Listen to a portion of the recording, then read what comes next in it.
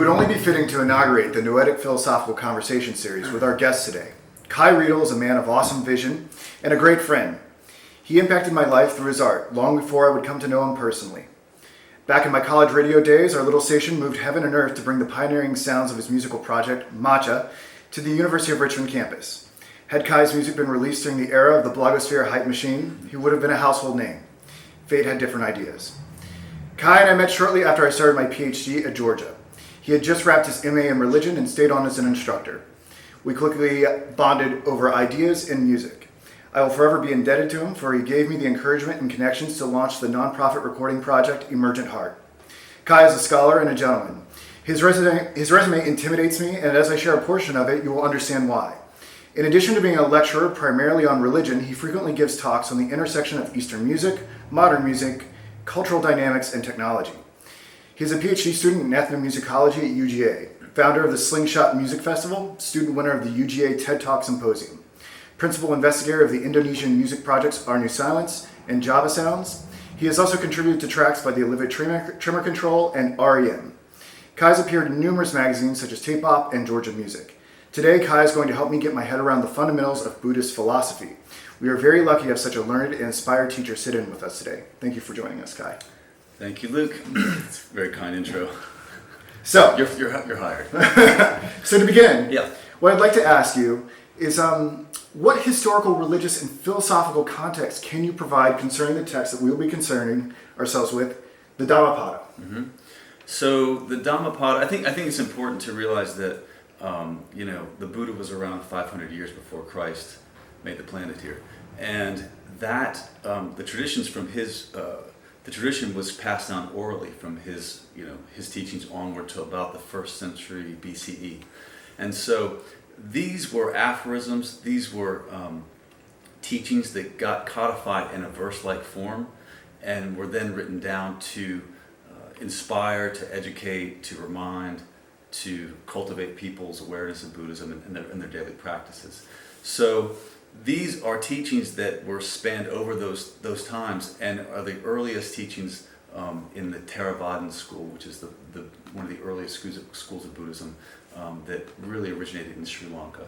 So when you were talking about the Dhammapada, you're talking about what's considered, the earliest of his teachings, kind of reframed in a verse format, and mainly transcribed from oral teachings and meant to be able to be memorized and easily accessible for the public as much as monks, etc. Right on. So my second question is, Yeah. what in your estimation are the primary teachings of the Dhammapada? I think that when you read the Dhammapada, it's dozens of verses, but the first verse says something very interesting, and it says, "Preceded by mind are phenomena," right? Right. So right from the gate, you see that Buddhism has a very intense focus on mind and the qualities of mind and how that affects one's perception of reality and how that creates a reality. So, and I'm curious your thoughts on this too. Every religion has a definition of what they consider mind to be, right? And so, right off the bat, the Buddha and his followers are saying that what we are interpreting is invariably and immeasurably colored by mind, this thing mind, right? So the normal, we'll call it Western, almost scientific dynamics of mind are, there's a glass of something here, right? And I perceive it with my eye, and then my mind interprets it about what that is and kind of puts it together as a glass of water, etc., right? And so the Buddhist and the Buddha himself are positing that this mind is actually coloring the interpretation before, quote unquote, you even receive it, right? So the state of mind, I think, is one of the most important themes of the Dhammapada or Buddhism in general. And that's an incredibly essential insight that we'll see all throughout Western philosophy, whether it's going to be in people like Locke and Hume and Kant and whatever, that we have certain sort of categories or modalities of the mind that act as kind of a sieve for which we perceive phenomenal reality and put things together in a different way. But perhaps we're talking about it differently. Like the sort of things that the mind filters within Buddhism might not be the same sort of things that we're necessarily talking about from a pure sort of empirical construction of reality, or maybe we are. I think one thing is, the Buddha was kind of proposing a way of having non-conceptual thought, if you will, right? And that's a fascinating idea. Right. So how one can actually have this spirited entity sort of drift about without being grounded in any sort of concepts whatsoever. Well, is that wisdom? Is that enlightenment or something like that? Yes, it almost is, because that's a lot of these paradoxes come up, and then the Buddha and Buddhism tend to take these basic tenets of philosophy, of psychology, of physics, and kind of turn them on their head, right? So the idea largely that we've been accustomed to is wisdom really equates with the accumulation of thought, right, and ideas, and maybe don't post those together. In Buddhist philosophy and in Buddhist practice, there's a strong propensity towards wisdom without thought, the absence of thought, the absence of letting concepts constantly dictate your actions and dictate your interpretations of the world. But there are some concepts in Buddhism, as far as I can tell from reading the Dhammapada or whatnot, there's an incredible emphasis that's put on right action, justice, the following of certain sort of truths or whatever. So they may be like ladders that we can push away to attain to this more enlightened perspective where we can hover above all these concepts. But there are certain essential concepts of Buddhism or essential teachings of Buddhism that are explicated in the Dhammapada. And I guess to your but they're functional, as you say. I mean, they're functional as and meant to be. I don't want to say discarded, but viewed as tools to create certain skills in your life, of which you can then part ways with. Yeah. Opposed to concepts that you take and start reinforcing an entire worldview out of, in a certain sense. Well, I think we see something of that functionality in Western philosophy when we start to talk about virtue theory, or whenever philosophers speak about virtue or whatever. Like I think about Aristotle and the way that he employs virtue as a way for us to set off this process of self-referencing happiness, or the way that Augustine may speak about virtue as a way for us to know that we're closer to the eternal law and the eternal itself. And that's what struck me so much about Buddhism, is seeing these parallels in the Dhammapada and in these Western texts. Well, they, Schopenhauer, I know for sure. Yeah. Many others were very interested in the Vedas, which are the earliest Indian texts known. They're hymns, are they not? That's what they translate to, Yeah. And so, many of those ideas, many philosophers in the West re-outfitted some of those ideas and incorporated them into their own ideologies. Sometimes they gave credit to those Eastern thoughts, many times they did not. Yeah. And many times they blended them with Western language and Western thought, but they're underpinned by Eastern philosophy or ideas or religious Do you think it was always conscious? No, it's not. It's not always conscious. I always wonder how we divvy up that pie. Like when we have great ideas emerge on the earth, right? Yeah. Which is like a fascinating idea that people who are separated from one another, who can't communicate with one another, are reaching similar conclusions despite the historical, the faith traditions that they're in. What parts are co-opted and which parts are the result of intellectual synchronicity? And I don't know. Schopenhauer's more obvious about it, and he's very much. But he went on to affect change in philosophy in a certain way that people start. So what happens is, Schopenhauer is very, very on the table about being influenced by the Vedas. But those influenced by Schopenhauer, they may not know. They give reference to Schopenhauer, not necessarily the original thought in the Vedas. Right. So I know it's like philosophical telephone or something like that. Exactly. They're getting more removed from the source, and maybe they're getting removed from the actual truth of that source as well. Well, I would say in Buddhism they do get removed from the truth of that source, because coupled with the rhetoric, the teachings, the language, the terms, there is a emphasis on practice, right? So I think in Western philosophy, the idea of having a, we'll call it enlightened mind, for lack of a better word right now, can be attained separate from a physical rules, religious practice. So the Buddha says really, like, you can take these concepts so far, but they need to be verified in your own life, and usually that's through like meditation practice. And so the Buddha, he's interesting because he never wanted people to take his word for it, right? He was very see for themselves, very succinct about, don't take my word for it, that there are methods, there are techniques that you can take anything that I'm saying and verify yourself. In fact, you should take that same principle of verification and apply it to anybody else that's telling you anything, right? So that would be the implicit critique that Buddhism has of other religions in a certain sense.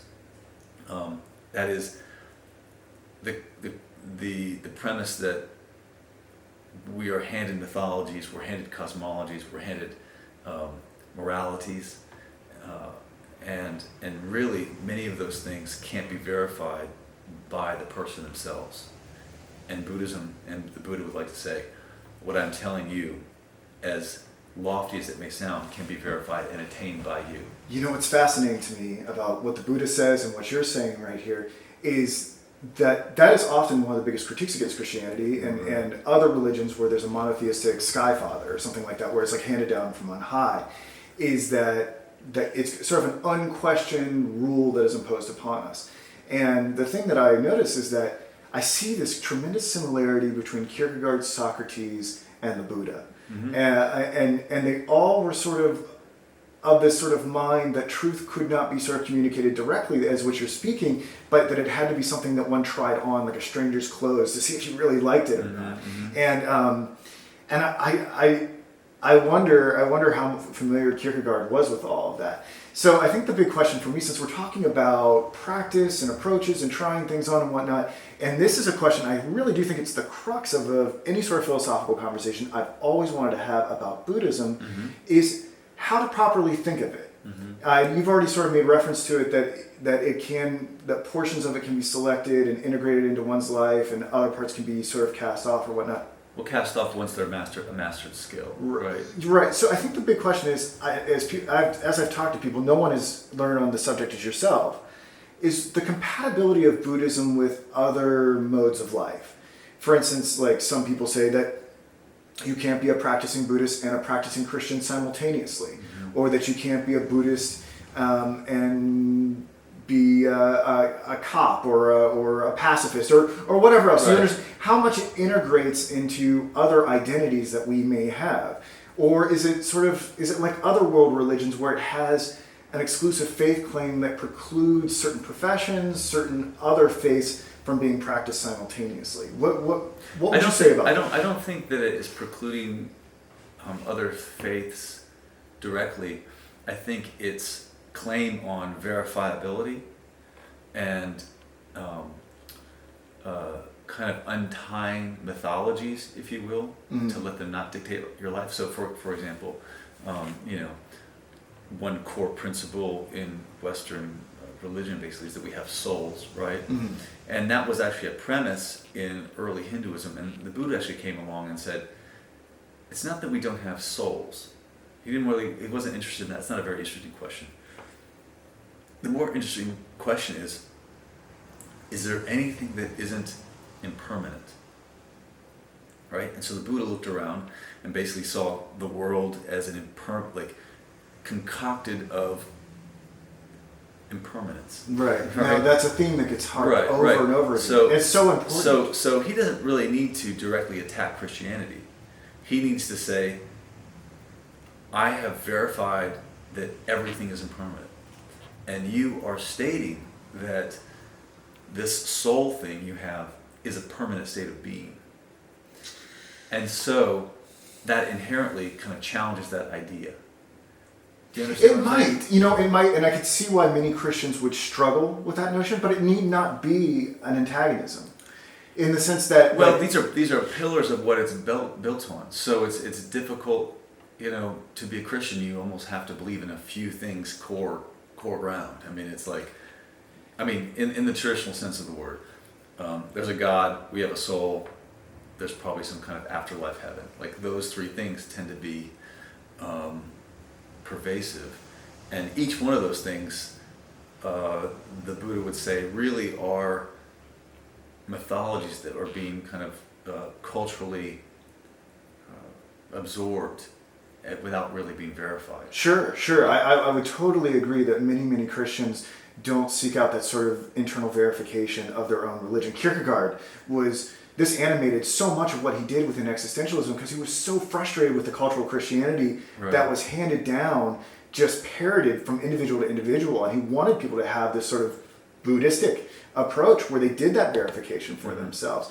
I think the only wrinkle that I would add to it, and I'm no Christian theologian, would just be that that there may be ways to communicate the idea of God beyond just sort of cultural communication, and that there may be that the soul may not necessarily be impermanent. It may take on different sort of forms and do a transmigration of sorts that we see in Buddhism as well. For instance, we see in if we think of in Christianity, there may be some sort of divine order where we are these terrestrial beings, and based on whether or not we believe in Jesus Christ, or if you put more emphasis on the cultivation of virtue or something like that, you may ascend closer to God. Your soul may be purified in some way. It will change in some way. So it doesn't necessarily need to be an impermanent sort of thing. And some people think if you don't cultivate that virtue or don't know God, then it may be annihilated entirely. Therefore, it enters into a realm of nothingness. Mm-hmm. And I see that same sort of ascending and descending in Buddhism as well, where there's the talk of demerits and reward and transmigration of souls. Like it's invigorating to see those sort of parallels when you think about it from a more global perspective. Well, think about it from a more human being's tendency to tell stories perspective, and Buddhism is not relieved of that tendency itself. Yeah. Right. So there's dozens. I think about the parable of the arrow. Mm-hmm. I love that story. Well, there's dozens of mythologies. There's dozens of branches. It becomes, like you said, a telephone game in itself, where people can't remember or discard certain things and replace them with other culturally relevant things, and then that becomes the central tenet, etc. So it's definitely not devoid of its own compiling of mythologies. But that's what's nice about the Dhammapada and looking at Theravadan, early Buddhism, is because you can actually start to see exactly what, or not exactly, but really what the Buddha's core intentions were before time and mythologies, and then the inherent narrative story weaving, human beings that we are, start to get a hold of things a little bit. So, but at the same time, a lot of these things are either allegorical or metaphorical in Buddhism, and so, although you can read, there's language of, hell and heaven or demerits and these kinds of things. They need to be kind of framed in the same premise that they are talking about degrees of skill that the person may or may not have. Sure. The afterlives can be, termed in as, an unawakened person versus an awakened person. Not necessarily that person has died and gone to some afterlife, but these people are, living on, like, moment by moment is the afterlife in a certain sense, right? So reframing these more grand ideas in a much more allegorical, metaphorical way. And the Buddha would say that sometimes Western Christianity and other religions tend to create mythologies that seem to be temporary and then reify them a little bit over time. And that's become to him that's can be a delusional way of living. So to tie a bow on it, you would answer in the negative that it would be possible to have an integrated view between Christianity and Buddhism. A lot of books are out. There's lots of books called Jubu and about Jewish and Buddhism. Yeah, sure. I mean, there's people like Thomas Merton, who I really think your readers should check out. Yeah, most definitely. It's fantastic. Trappist monks, Meister Eckhart, these people that mystic. They're doing these kinds of works, and I guess from my perspective, they have some objectivity on the language they're using, and they're also, a lot of these people, very embedded in their own quote-unquote meditational practices. So they're grounded in a more, not corporeal, but a lived experience opposed to just a narrative. Sounds good? All right, Kai, so I have to bring this conversation to an end. I think the thing that I want to do here as we There close... is no ending. I'm just kidding. There's no ending, no beginning. Right, our first step along this path. Yeah. I think the the last question I would want to ask here is there anything in particular you would like to communicate to the audience about Buddhism that they may not know, that a dramatic misconception that you would like to correct and allow them to meditate on that further?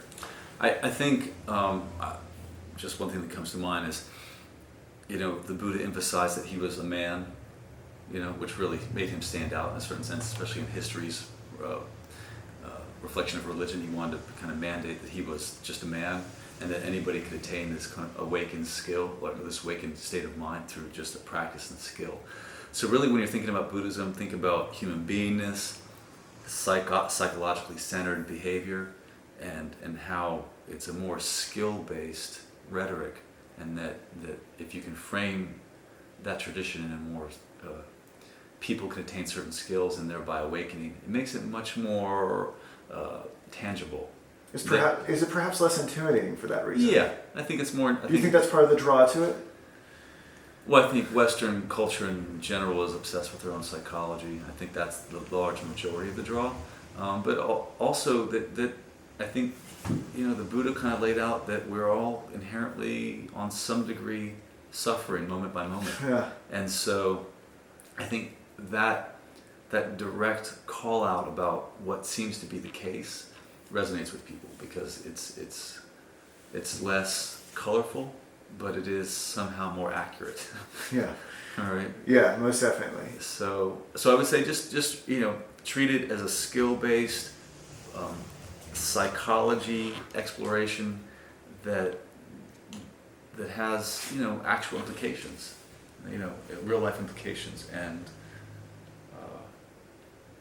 I would say that meditate in such small degrees to where you can verify what his claims are for yourself.